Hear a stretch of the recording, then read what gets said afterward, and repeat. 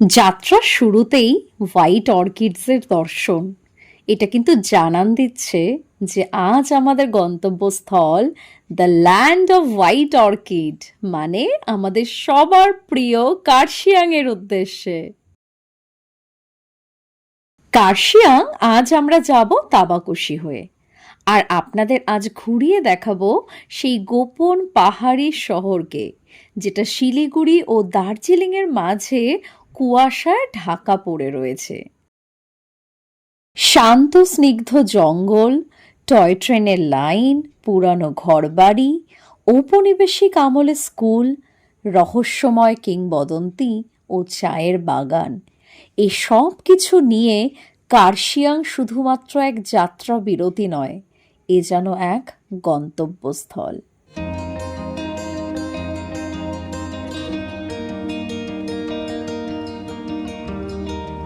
আজকের গল্পে থাকবে তাবাকশি থেকে কার্শিয়াং এর রাস্তার গল্প।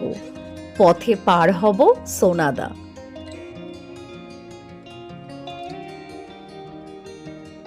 নিয়ে যাব সেই ফেমাস মার্গারেটস ডেকে, যাব ইগলস ক্রেগ, যাব মাকাইবাড়ি টি ফ্যাক্টরি, সাথে থাকছে ড হিলসে সেই রোমাঞ্চকর রাস্তা, রাতের অন্ধকারে পার হয়ে পৌঁছানোর অভিজ্ঞতা। চলুন তবে শুরু করে দেওয়া যাক আজকের কার্শিয়াং এর এই অপরূপ প্রাকৃতিক দৃশ্য আর রোমাঞ্চকর পূর্ণ গল্পকথা। তাবাকশির হোমস্টে থেকে সকালে উঠে ব্রেকফাস্ট সেরে আমরা বেরিয়ে পড়লাম কার্শিয়াং এর উদ্দেশ্যে। Bye bye Tabakoshi, bye bye টুকরে। তাবাকশি থেকে কার্শিয়াং এর দূরত্ব হলো 35 কিলোমিটার, আর আমাদের যেতে সময় লাগবে প্রায় 2 ঘন্টা মতো। আপনারা তো নিশ্চয়ই আসবেন এনজিপি বা শিলিগুড়ি থেকে কার্শিয়াংয়ে, তবে চলুন আপনাদেরকে বলে দিই যে আপনারা কিভাবে পৌঁছবেন এখানে।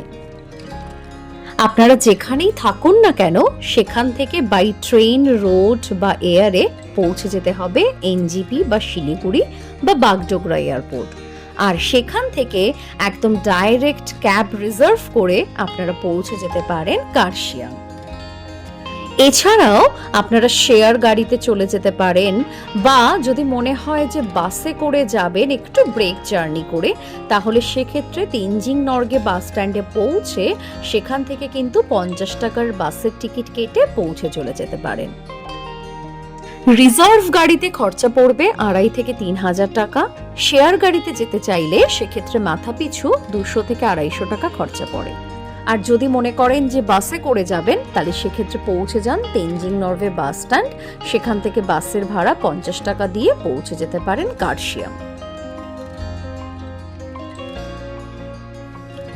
সুখিয়াপোখরি বাজার ক্রস করে আমরা এখন এগিয়ে চললাম ঘুম ব্যঞ্জনের দিকে। এই একই রাস্তা ধরে আমরা কিন্তু রেলিং থেকে তাবাকশি গেছিলাম। এনজিপি বা শিলিগুড়ি থেকে কার্শিয়াং এর দূরত্ব পড়ে 40 কিলোমিটার। পথে আমরা পার হলাম মিন ফটক। এখান থেকে 7 কিলোমিটার গেলেই পৌঁছে যেতে পারেন মিন টি এস্টেট।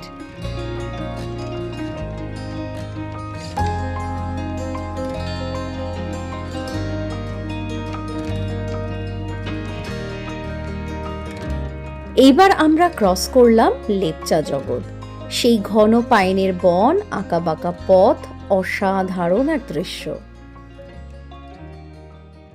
শিলিগুড়ি থেকে কার্শিয়াং পৌঁছানোর কিন্তু 3টে রাস্তা আছে। একটা যায় পাংখাবাড়ি মাকাইবাড়ির রাস্তা হয়ে, আর একটা যায় রোহিণী হয়ে, আর একটা রাস্তা হচ্ছে হিলকার্ট রোড হয়ে বা 3 ধারিয়া আমরা যেটাকে বলে থাকি সেটা দিয়ে। सर ये कार्शियंग की तरफ जाना है सीधा ना? अच्छा ओके। এটি হলো ঘুম ব্যঞ্জন। এখান থেকে একদম সোজা যে রাস্তাটি চলে গেছে সেটি হলো দার্জিলিং এর দিকে, এবং এই রাস্তাটি কিন্তু গেছে কার্শিয়াং এর উদ্দেশ্যে। তো আমরা এই পথেই রওনা দিলাম।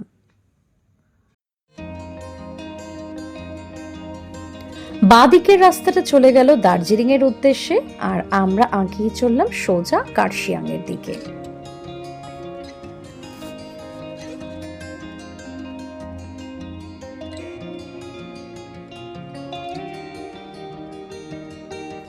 এখান থেকে সোনাদা মাত্র 8 কিলোমিটার আর কার্শিয়াং 24 কিলোমিটার।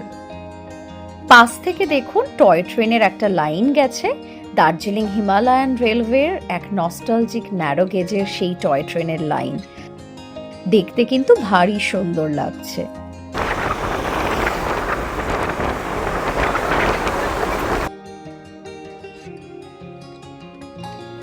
টয় ট্রেনের লাইনের পাশ দিয়ে আমরা এগিয়ে চললাম আস্তে আস্তে, আর তার সাথে সারি সারি পাইনের বন। এ এক অসাধারণ অনুভূতি।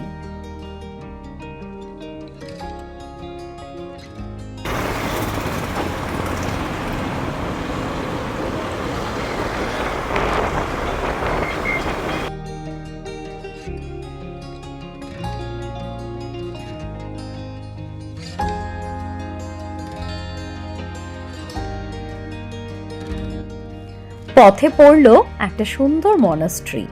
বাইরে থেকে দেখতে দেখতেই আমরা সামনের দিকে আগিয়ে চললাম। আর কিছুটা আগাতেই পেয়ে গেলাম সোনাদা স্টেশন। এটি কিন্তু দার্জিলিং জেলার অন্তর্গত একটা জনগণনা নগর এবং এক উল্লেখযোগ্য অফবিট ডেস্টিনেশন।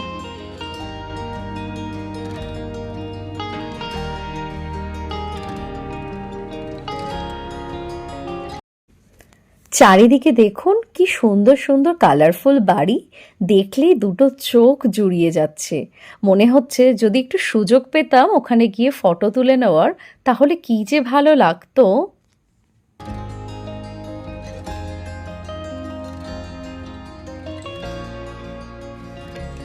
এইবার আমরা আগিয়ে চললাম কার্শিয়াং এর সেই ফেমাস মাস্ট ভিজিট প্লেস, যার নাম মার্গারেটস ডেক টি লাউঞ্জ। পাহাড়ের ঢালে চা বাগানের উপর ঝুলন্ত এই টি লাউঞ্জটি কিন্তু ইনস্টা ফেমাস একটা জায়গা।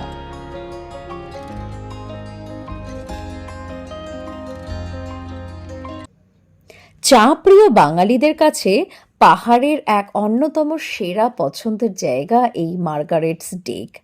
কার্শিয়াংয়ের টুং স্টেশনের কাছেই এটি অবস্থিত। দেখলেই বুঝবেন জাহাজের ডেকের আকারে কিন্তু এই টি লাউঞ্জটি নির্মিত। এটি গুডড্রিক টি কোম্পানির উদ্যোগে তৈরি হয়েছে। জায়গাটা এমনভাবে সাজানো গুছানো যে প্রথম দেখেই একটা বেশ রয়্যাল ফিল আপনাদের মধ্যে আসবে।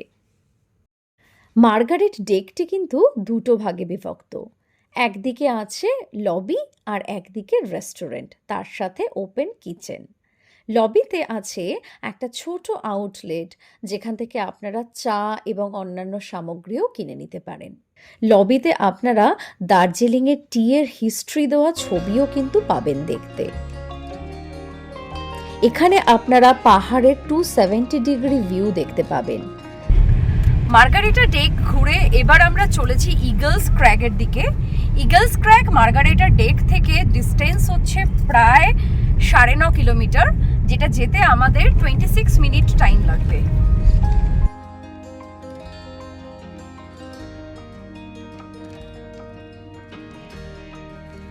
পথে পড়ল এক সুন্দর শিবজির মূর্তি।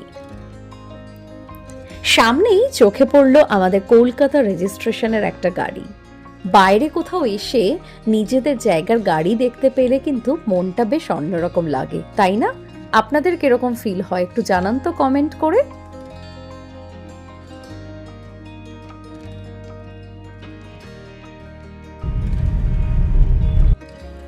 আমরা পার হলাম কার্শিয়াং সাব ডিভিশনাল হসপিটাল, আর এই পৌঁছালাম কার্শিয়াং স্টেশনে। ছোট একটা স্টেশন, আর এখানে আছে আরেকটি ফেমাস ক্যাফে, যার নাম ক্যাফে দ্য সেন্ট্রাল, যেটা 1881 সালে প্রতিষ্ঠিত হয়েছিল এক ভিনটেজ কফি শপ। এটি ব্রিটিশ আমলে কিন্তু নির্মিত হয়েছিল। পার হলাম Kurseong all India radio station.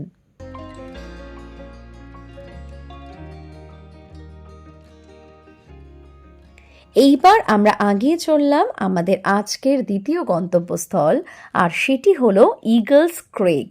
এটি কার্শিয়াংয়ের সর্বোচ্চ ভিউ পয়েন্ট। এখানে দাঁড়িয়ে আপনারা কাঞ্চনজঙ্ঘা চূড়ার সাথে সাথেও দেখতে পাবেন কিন্তু স্লিপিং বুদ্ধা রেঞ্জ। তবে হ্যাঁ, তার জন্য আকাশটা পরিষ্কার হওয়া দরকার। একদম সরু স্টিপ রোড দিয়ে আমরা ইগলস ক্রেগের দিকে এগিয়ে চললাম। রাস্তাটা এতটাই সরু যে উপর থেকে যদি কোনো গাড়ি চলে আসে তাহলে কিন্তু বেশ বিপদে পড়তে হতে পারে। দেখতেই পাচ্ছেন আপনারা, রাস্তাটা যেরকম স্টিপ ঠিক সেরকমই সরু। দক্ষ ড্রাইভার না হলে কিন্তু বেশ মুশকিল। আমরা পৌঁছালাম ইগলস ক্রেগ, আর এই রাস্তার পাশেই আমরা গাড়িটা পার্ক করে দিলাম। তবে মনে কিন্তু ভয়টা কাজ করছিল যে যখন ব্যাক করে নামবো কোথা থেকে গাড়িটা আমরা ঘোরাবো।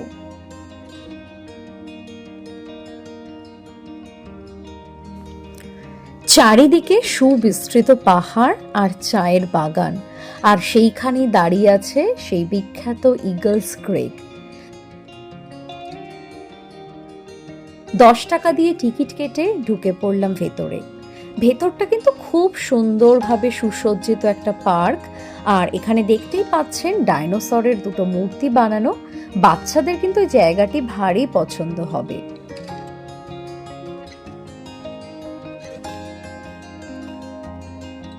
আর এই হলো সেই অষ্টভুজাকার পাখির খাঁচার মতন দেখতে ওয়াচ টাওয়ার। আকাশ আজকের মেঘাচ্ছন্ন থাকায় আমরা কিন্তু একদমই ভিউ দেখতে পেলাম না। সেটা বেশ হতাশ লাগলো ঠিকই, কিন্তু আশেপাশের যতটুকু দেখতে পেলাম সেটা দেখেও কিন্তু মনটা বেশ ভালো হয়ে গেল। শোনা যায় এই প্রাকৃতিক সৌন্দর্যের কারণে এখানে নাকি রবীন্দ্রনাথ ঠাকুর এবং নেতাজি সুভাষচন্দ্র বোসও এসেছিলেন।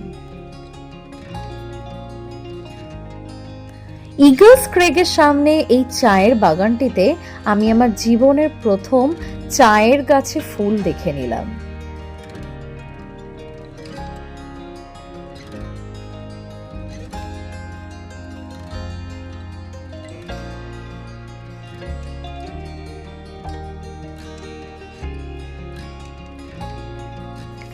এবার আমাদের পরবর্তী গন্তব্যস্থল মাকাইবাড়ি টি এস্টেটে যাওয়ার পালা।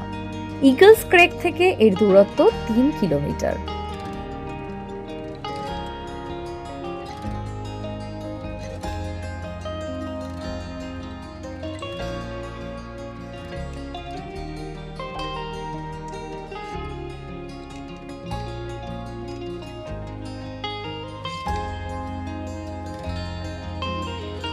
ইগল ক্র্যাগস দেখে এখন চলেছি মাকাইবাড়ি টি এস্টেটের দিকে। জাস্ট আর 1 মিনিট দূরেই মাকাইবাড়ি টি এস্টেট। তো এই অসাধারণ ভিউটা যেতে যেতে পেলাম, আপনাদের সাথে একটু শেয়ার করে নিলাম।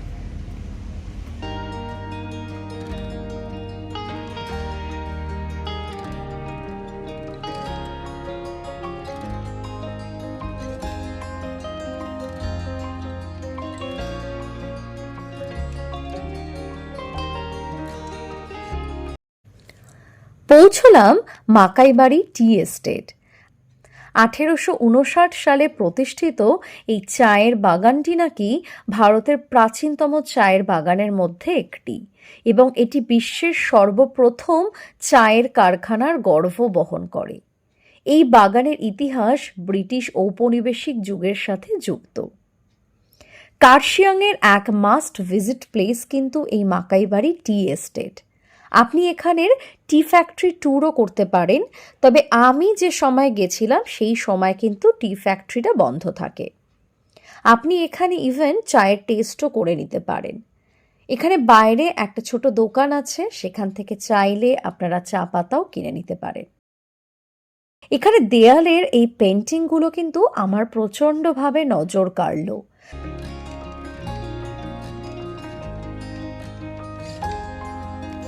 মাকাইবাড়ি টি এস্টেট ঘুরে আমরা এগিয়ে চললাম কার্শিয়াংয়ের দিকে। এই সেম রাস্তাতেই আমরা পৌঁছেছিলাম মাকাইবাড়ি টি এস্টেটের দিকে, এবং একই রাস্তাতেই আমরা ব্যাক করে এখন চলে যাচ্ছি আবার কার্শিয়াংয়ের দিকে। আপনারা যখন শিলিগুড়ি থেকে দার্জিলিং বা কার্শিয়াং যাবেন, এটি কিন্তু একটি রাস্তা।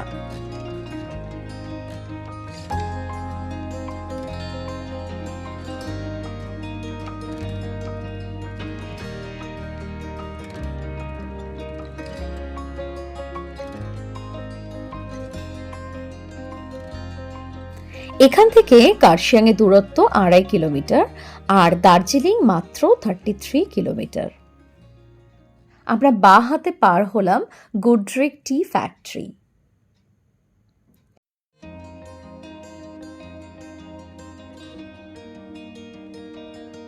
পৌঁছে গেলাম কার্শিয়াং শহরে। এই জায়গাটিতে কিন্তু বেশ লোকের আনাগোনা, বেশ ভিড়।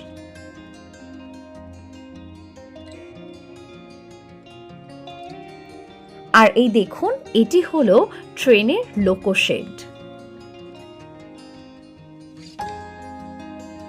ওই উপরটাতে হচ্ছে হনুমান টক।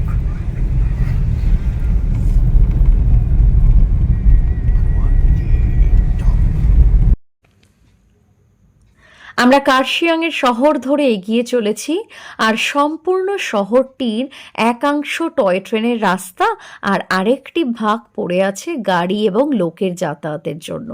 রাস্তাটি কিন্তু বেশ সরু তুলনামূলকভাবে।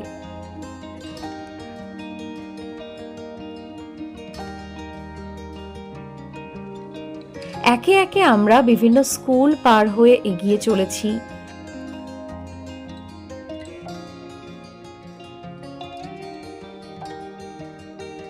আর এখন আমরা ক্রস করলাম একটা বাস টার্মিনাস।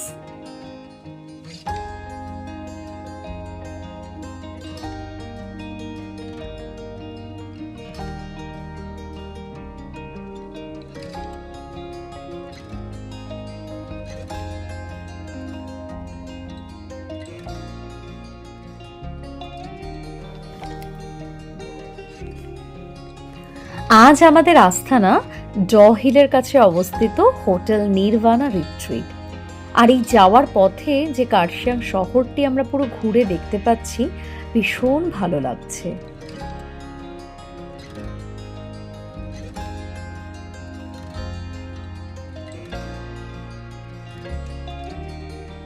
এই যে দেয়ালে দেখুন গথেলস লেখা, এটা কিন্তু কার্শিয়াং এর একটা ফেমাস স্কুল।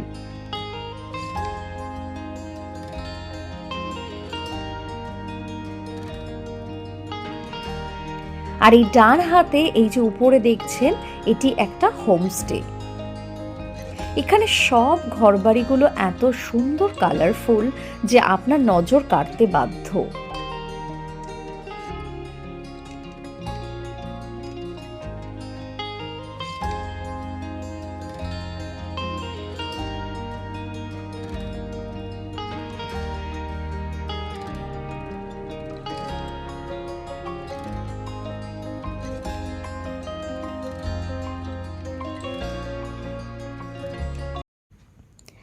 দার্জিলিংয়ে গিয়ে কিন্তু আপনাদেরকে দার্জিলিংয়ে টয় ট্রেন দেখিয়েছি, তবে কার্শিয়াংয়ের টয় ট্রেন কেন মিস যায়? এই দেখুন কার্শিয়াংয়ের টয় ট্রেন।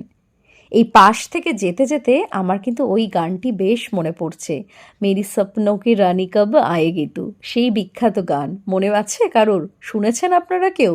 কমেন্ট করে একটু জানিয়ে ফেলুন তো চট করে।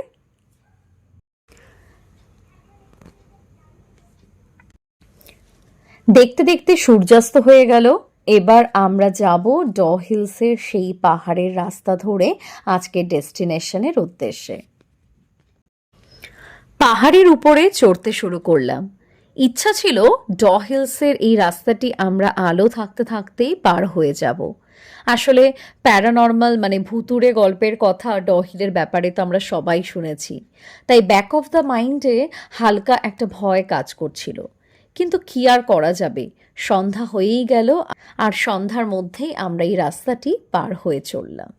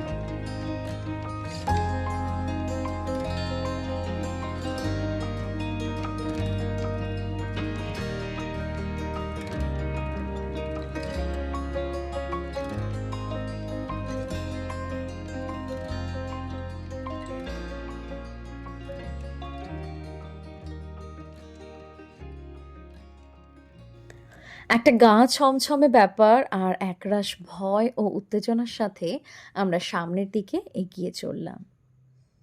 অবশেষে এসে পৌঁছালাম আমরা আমাদের আজকের আস্তানা হোটেল নির্ভানা রিট্রিট।